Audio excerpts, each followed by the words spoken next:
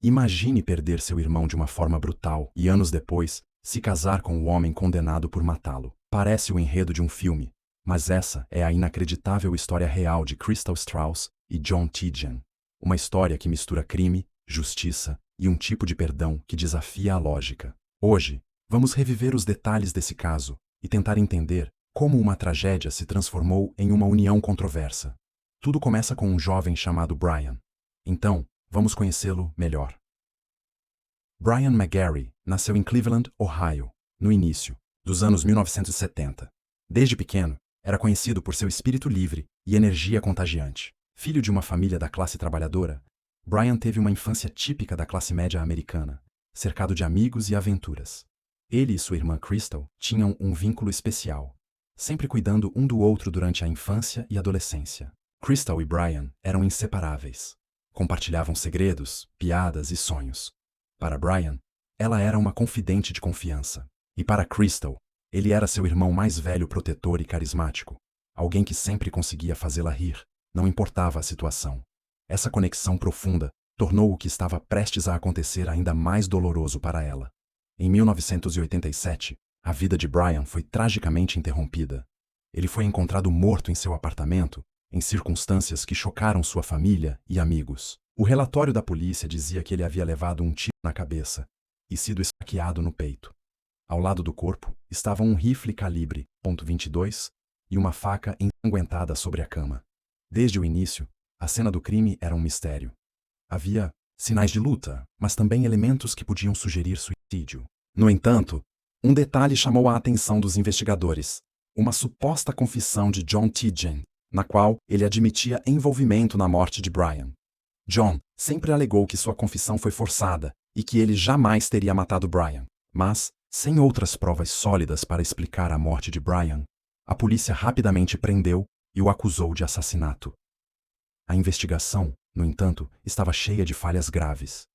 Muitos elementos da cena do crime haviam sido alterados entre as fotos tiradas no dia da morte e aquelas registradas 5 dias depois. Objetos tinham sido movidos, e até a ex-namorada de Brian foi autorizada a entrar no apartamento dias após o assassinato para buscar um item pessoal, sem nenhum registro oficial dessa ação. A polícia também envolveu as mãos de Brian em plástico, uma decisão mal explicada e que acabou destruindo evidências em potencial. Aquilo não era o procedimento padrão para testar resíduos de disparo. E se Brian tivesse realmente atirado em si mesmo, o plástico poderia ter interferido em qualquer vestígio de pólvora que ajudasse a confirmar ou descartar a hipótese de suicídio. O julgamento aconteceu em 1989 e se baseou fortemente em evidências circunstanciais. A acusação destacou a confissão de John como principal prova, argumentando que ele havia discutido com Brian antes de tirar sua vida. A defesa insistiu que a confissão havia sido forçada e que as evidências, na verdade, indicavam que Brian tinha tirado a própria vida. Em certo momento, a promotoria chegou a rir da afirmação da defesa, dizendo que seria impossível Brian ter dado um tiro entre os olhos e, depois disso, ainda se esfaquear no peito. Mesmo que o esfaqueamento tivesse ocorrido antes do tiro, a lesão teria sido tão grave que Brian não teria força para pegar a arma, mirar e atirar com precisão entre os próprios olhos. A acusação concluiu, dizendo que o tiro teria causado morte imediata e que o ferimento no peito impossibilitaria Brian de levantar o braço o suficiente para se disparar, já que seus músculos estariam muito comprometidos. Ainda assim, a defesa minimizou essas alegações, dizendo que nada do que a promotoria falava estava respaldado por laudos oficiais. Era tudo baseado em suposições. E, honestamente, mesmo com os argumentos fortes da promotoria, a investigação teve falhas evidentes. Nenhum laudo de autópsia foi solicitado para confirmar a sequência dos eventos. Provas importantes foram mal armazenadas, e os procedimentos padrão não foram seguidos. O único fato que os investigadores tinham era que apenas 2 pessoas estavam no apartamento quando Brian morreu: ele mesmo e John, o que significava que só um dos 2 poderia ter feito aquilo.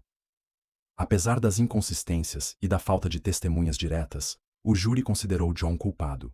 Ele foi condenado à prisão perpétua.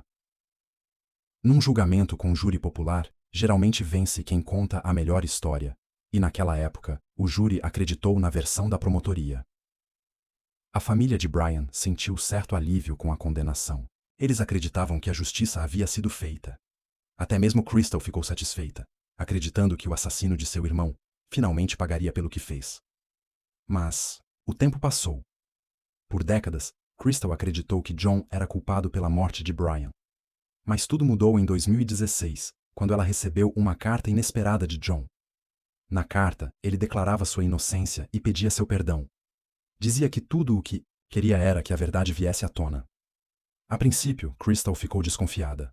Ela se perguntou se John não estaria apenas tentando usá-la para sair da prisão. Afinal, já haviam se passado mais de 30 anos desde a morte do irmão. Por que ele decidiria procurá-la justo agora? Será que ele estava desesperado para sair da cadeia e a via como uma saída? Talvez o perdão de uma parente próxima fosse sua única chance. Ou será que ele era realmente inocente e estava buscando sua ajuda para revelar a verdade? Essas foram as perguntas que Crystal se fez. Mas a carta fez com que ela começasse a questionar tudo o que acreditava até então. Aos poucos, começou a fazer sua própria pesquisa, revisitando os arquivos do caso e reexaminando detalhes que nunca tinha processado completamente antes. Os dois começaram a trocar cada vez mais cartas. John contava sua versão dos acontecimentos e apontava falhas na investigação original. Crystal, por sua vez, passou a notar coisas que não faziam sentido. Eventualmente, ela o visitou na prisão. Essas visitas foram emocionantes. Com o tempo, Crystal passou de odiar John a querer entendê-lo. A empatia cresceu. E, surpreendentemente, o amor também. Os sentimentos que se desenvolveram entre eles foram inesperados, mas poderosos. Crystal fez da missão de sua vida ajudar John a provar sua inocência e conseguir sua libertação. Em 2021, após 32 anos atrás das grades, a condenação de John foi anulada. Novas evidências vieram à tona, incluindo 77 fotos da cena do crime e 32 páginas de relatórios policiais que nunca tinham sido mostradas em tribunal. Essas provas revelaram que objetos haviam sido movidos, que a investigação inicial foi falha e que a confissão de John talvez tivesse realmente sido forçada. Um especialista em reconstrução de cenas de crime concluiu que Brian poderia ter tirado a própria vida. Ele apresentou vários casos semelhantes, em que pessoas conseguiram causar ferimentos fatais em si mesmas mais de uma vez. Ferimentos que, isoladamente, já seriam letais, mas que ainda assim permitiram que a pessoa agisse novamente. Isso contrariava a alegação original da promotoria, de que Brian jamais poderia ter causado os 2 ferimentos em si mesmo. O juiz Dick Ambrose analisou as novas evidências e concluiu que havia uma probabilidade razoável de que o veredito teria sido diferente se esses materiais tivessem sido apresentados no julgamento original. Em agosto de 2021, a condenação de John foi anulada, e ele foi libertado da prisão. Ele permaneceria sob supervisão do Estado e em prisão domiciliar, até que um novo julgamento fosse agendado. Apenas alguns dias depois, Crystal tomou uma decisão que chocou a todos. Ela e John iriam se casar. Para muitos, era difícil entender como uma irmã poderia se casar com um homem que um dia foi condenado por matar seu irmão. Mas para Crystal, aquilo era um ato de amor, confiança e perdão. Ela acreditava na inocência de John e queria lhe dar uma nova chance de viver. O casamento foi simples, mas cheio de significado. Para Crystal, não havia mais dúvidas. O homem que ela amava não era um assassino. Era uma vítima de um sistema judiciário falho. A história de Crystal Strauss e John Tidjane continua sendo um dos casos mais controversos dos últimos anos. Muitos acreditam que John foi condenado injustamente e finalmente teve uma chance de liberdade. Outros acreditam que o sistema de justiça cometeu um erro ao libertá-lo. Esse caso nos obriga a refletir sobre o poder do perdão e as falhas do sistema judiciário. Porque uma coisa é certa: erros foram cometidos. Ou John passou décadas na prisão por um crime que não cometeu, ou ele se livrou de um ato horrível por causa de uma investigação mal conduzida.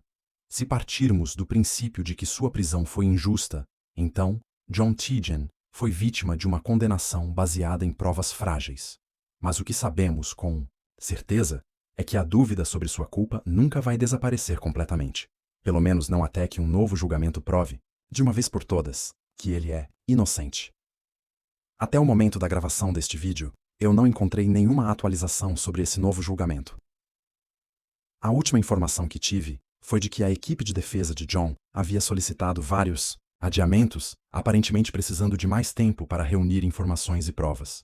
Meu palpite? Eles vão tentar adiar o máximo possível, porque por enquanto, John está em prisão domiciliar. E depois do novo julgamento, ninguém sabe o que pode acontecer. Quanto a Crystal, ela tomou uma decisão que poucas pessoas conseguem compreender. Eu, sinceramente, não sei como ela conseguiu se aproximar de alguém suspeito de matar seu irmão, ajudá-lo a sair da prisão e ainda se apaixonar por ele. Pessoalmente, eu não conseguiria. Acho que jamais conseguiria me aproximar de alguém suspeito de machucar alguém que eu amo. Mas e você? Você acha que John foi vítima do sistema? Ou será que ainda existe algo nesse caso que não foi revelado? Você conseguiria perdoar alguém acusado de tirar a vida de alguém que você ama? Me conta nos comentários.